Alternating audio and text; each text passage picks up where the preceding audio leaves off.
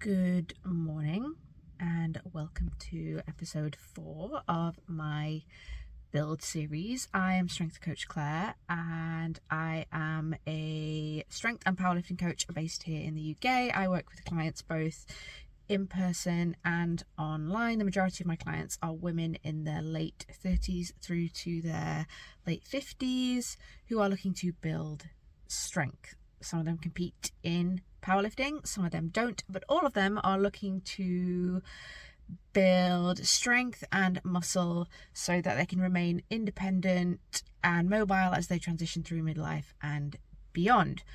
I myself am also a competitive powerlifter, and today I am going to attempt to film some training for you. So I have a little bit of an update on my bulk, which I'm going to talk through as I go through the session, what's been going on with me for the last few weeks.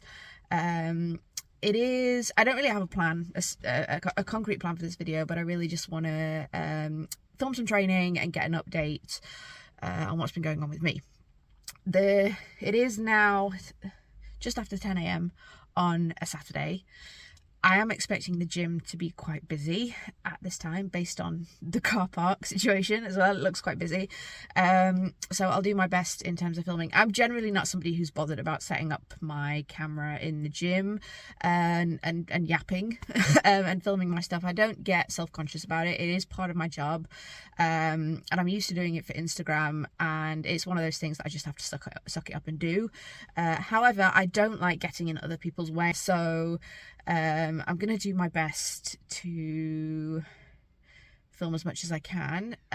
Today I have primary squats, primary bench, tertiary deadlifts, some stiff leg deadlifts, and a couple of accessories. So let's get in the gym and get on with it.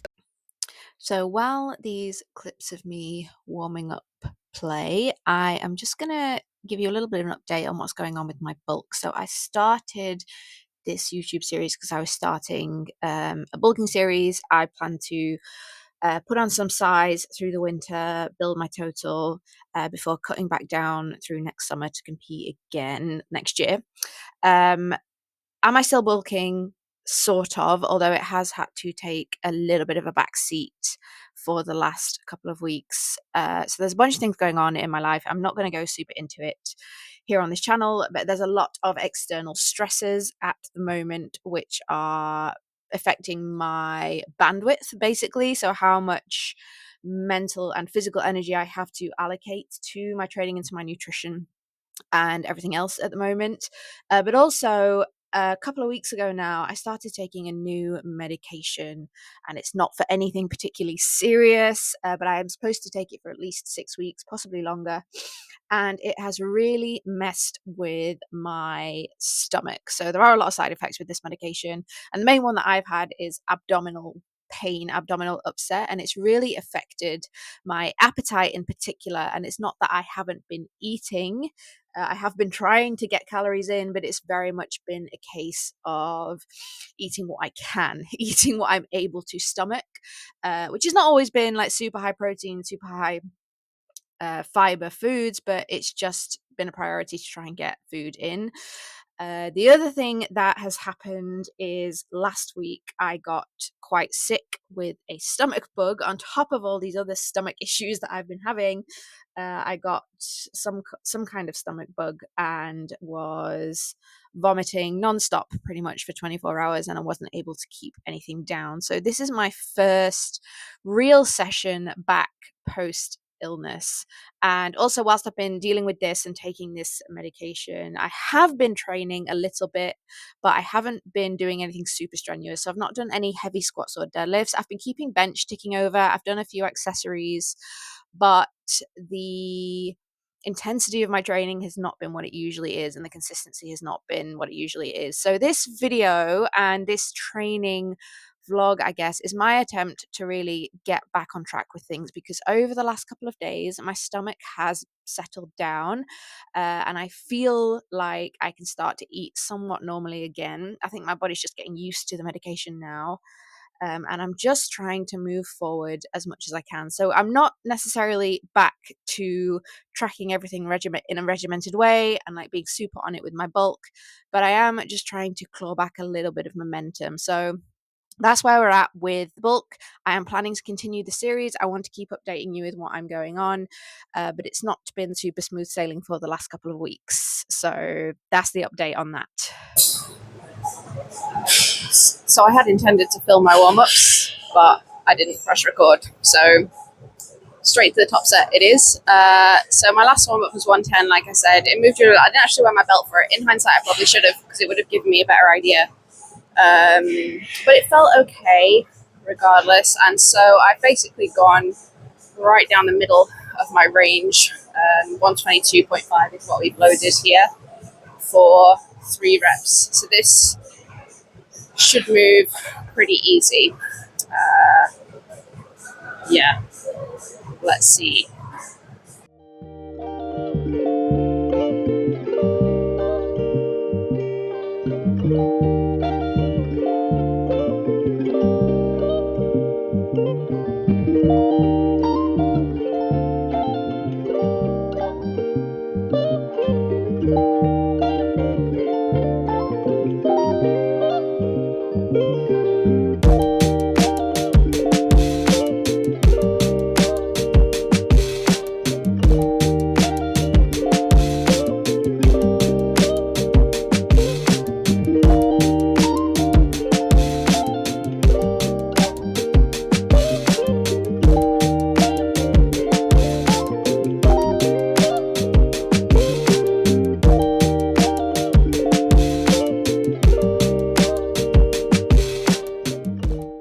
Yeah, I think that was all right. Maybe a little bit harder than I was expecting. I'll have to watch it back to see, but yeah, pretty manageable. It's funny because this gym is not my normal gym. I drop in here now and again when I fancy a change. For me, because I work in a gym and train a lot, I sometimes just get bored, and just having a different environment can be what it takes to just get me motivated to train sometimes. At this gym, although it's quite well kitted out, it's got like plenty of squat racks, bars, plates and whatnot. It is primarily a bodybuilder gym, or like an influencer gym, I guess you would say. So there's not that many people here who powerlift. There's 1 or 2 that I've seen, but it's primarily like bodybuilding types, people training for aesthetics, which makes sense because it is very well kitted out for that. It's got loads of machines, like lots of machines. But it's funny because you can always spot the powerlifter when you come in a gym like this and they've got like a row of squat racks, because the powerlifter will always squat away from the mirror, so we'll face out towards the room like I am here, because obviously in a competition you have to face a room, you face the center referee and the audience, and people who train normally, like normies or like bodybuilders or whatever, will always squat facing the mirror, usually because that's the way the squat rack is set up, and it's easy to just come in and squat facing the mirror, but also like so they can watch themselves. And powerlifters just don't tend to do that at all, because it's not a helpful habit. If you're very used to squatting in front of a mirror, or even just a blank wall, getting to a competition and having to squat facing the room can feel quite different. So yeah, it's interesting, just an observation. And as I was looking at the other people using the squat racks today, anyway, I've now got to do 4 sets of 4 at RP of 5. So I've just taken off the change. I've gone down to 110. I'm trying to really not push myself today, and if this ends up being too heavy, I'm reserved the right to drop it down for subsequent sets, but I think it will probably be fine. So 4 sets to do, it's quite a lot, so let's crack on.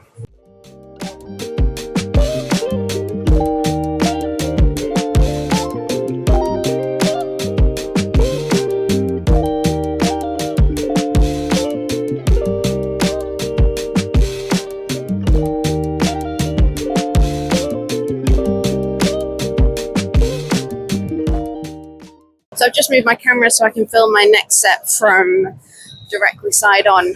I think it's very important to do this pretty frequently. Certainly as a coach, I want to see my clients filming their lifts from directly side on. That particularly applies to squat and deadlift, but also bench. But for squats, it's especially important because it really allows you to see that they're hitting depth. So in a powerlifting competition, you have to get the crease of your hip below the top surface of your knee when squatting. So you have to go below parallel for it to count. And you need to make sure you're doing that in training. So if you don't have a coach and you're just doing your own program, or if you are coached, make sure you are regularly filming from angles where you can actually see that you're lifting to comp standard. It applies to deadlift, not necessarily for standards, but more for looking at the actual position of your spine. It can actually be quite hard to see those things from directly, like front on, for example. And for bench, obviously, you want to see that your bum is staying on the bench, and things like that. So I always try and get a variety of angles when I'm filming myself, and I encourage my clients to do the same as well.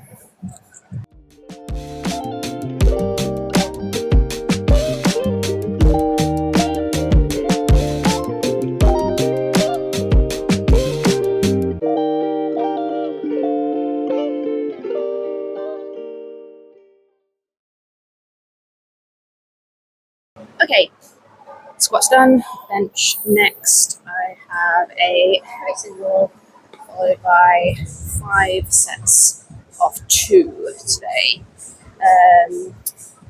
Single probably going to be 82.5, I think. I'll take 80 and then see how that feels.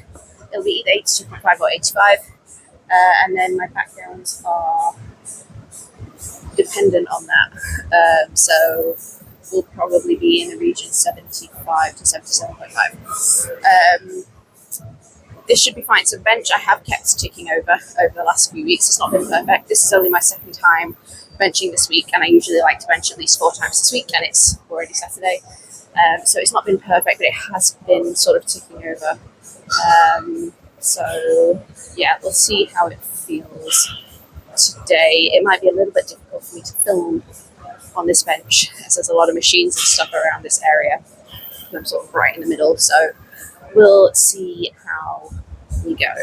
But I'll try and get my top single either way. I just need to tidy all my crap up first, because if you powerlift, you'll know that there's always a massive bag and a lot of crap that needs moving around the gym. So sort all this crap out first.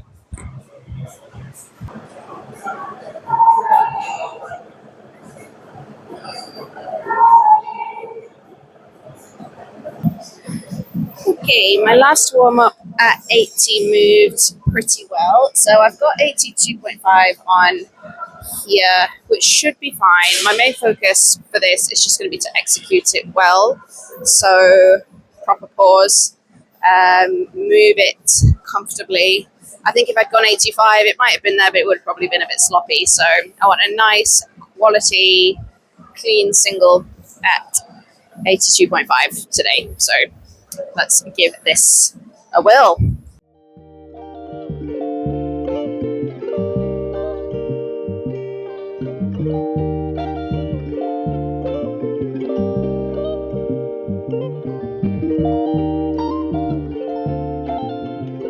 So I now have to do 5 sets of 2 at 75. I've already done 1, so 4 more to go. I should be able to whiz through these quite quickly, and then I can get on with the rest of my session.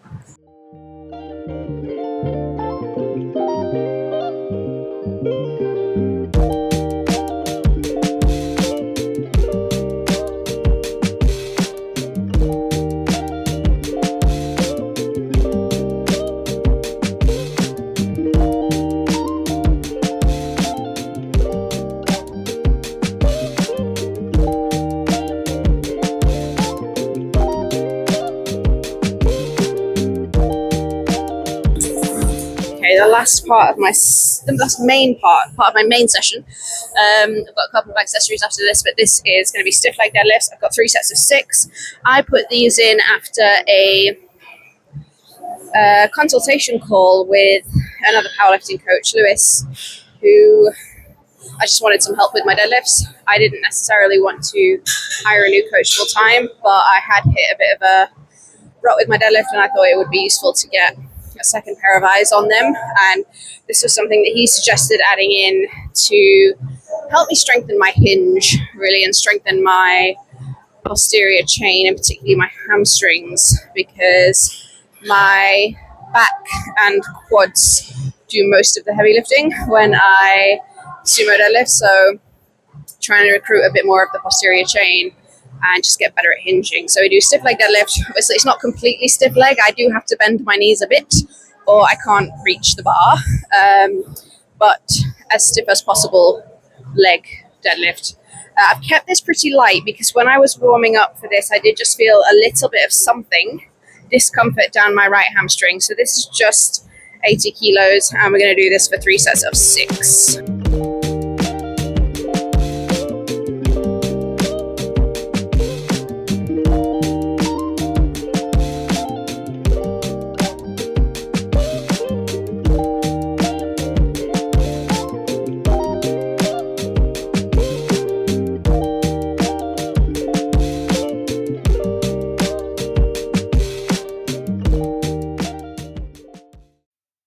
Then I did just finish this session off with a couple of accessories. So I'm doing dead hangs here. I do 30 to 40 seconds for 3 sets.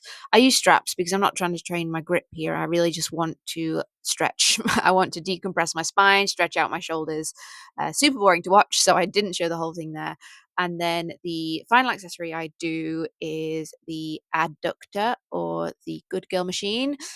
So I think anyone who pulls sumo should probably strengthen their adductors. And for me, just working all the way to end range as far as I can go with the machine. And I do 2 sets of this. And then on the 3rd set, I do an AMRAP. So I just do as many reps as I can to failure. And I always really enjoy these, actually, at the end of a workout. I really enjoy the stretch in my hips. It feels very good for my back as well. So that was my full session for this day. So that is that session complete. I am going to go grocery shopping, but I think I will do a grocery haul in another video because I would like to share it with you, but I think it's just going to be too busy in there today because it's now Saturday lunchtime and I just know what my local supermarkets get like. So I'm going to wrap this one up here. I do feel better after that session. I did find it hard because obviously I am post illness and I've had all these issues with abdominal pain due to the medication I've been on and just general personal life stresses. So yeah, it was the best session I've had for a while. Obviously I did stay within myself. I didn't push it too hard, but it did feel difficult. It just felt just hard to get through it all, because that is quite a big long session for me. But we did it. Squats felt surprisingly good. I think I probably will be a bit sore tomorrow because I've just not been able to push squats whilst I've been dealing with this abdominal discomfort. So they've not been trained properly for a couple of weeks, which usually means I'm going to be sore. But they felt better than I expected them to, and I think hopefully from next week I'll be able to get back to the scheduled numbers, but I just want to give myself a few more sessions to sort of build back up my capacity. Bench was fine, nothing spectacular, just ticking the boxes really. And then yeah, my accessories were all okay. Like my body's feeling not brilliant, like there are some niggles, some aches and pains, and just generally a bit weak and lethargic, but I do want to try and keep momentum going as much as I can. I think this next season has potential to be a really good season for building for me, as long as I can sort of get the stars to align in terms of my health and energy levels and everything, which is obviously going to be largely within my control. So yeah, that's everything I want to say today. This has probably been a bit of a shorter one, but I hope you enjoyed a little bit more of an insight into my training on a pretty low-key week. If you've got any questions or anything you particularly want me to cover in this series, then do comment down below and I will get to them. If you're not following me on Instagram, you should, at Strength Coach Claire, because I share all of my training on there pretty much, and that's where I post most frequently.